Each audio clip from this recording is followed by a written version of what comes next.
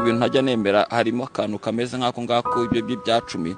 uriya nujya guhereza mu rusengero amafaranga icumi wata wamara gusenga ukinjira mu modoka yawe nziza ukahita uzamura ibirahure ugaca ku bana bo ku muhanda n'abandi bantu basabiriza hariya wayatanze mu rusengero kugira ngo abantu bakubona bavuge ngo uri umukristo mwiza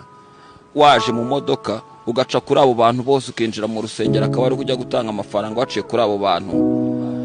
baburayi bari gusabiriza umugore afite akana izuba ryamwisha hariya ku muhanda sha Uwiteka sinzi ko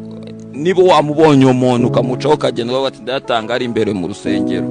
kandi abantu muri mu rusengero muri kumwe mwese musa neza mwambaye neza mufite n'amafaranga yo gutura waciye kuri uriya nzi ko utayatanze uwo munsi ugafasha wa muntu waciye ku muhanda Uwiteka atakureba nabi ngo uno munsi ntiyatanze icumi yayahaye wa muntu yaciye ku muhanda ntekereza ko Uwiteka atabifata nabi ngiye kuza gira umutima usubiye gutuza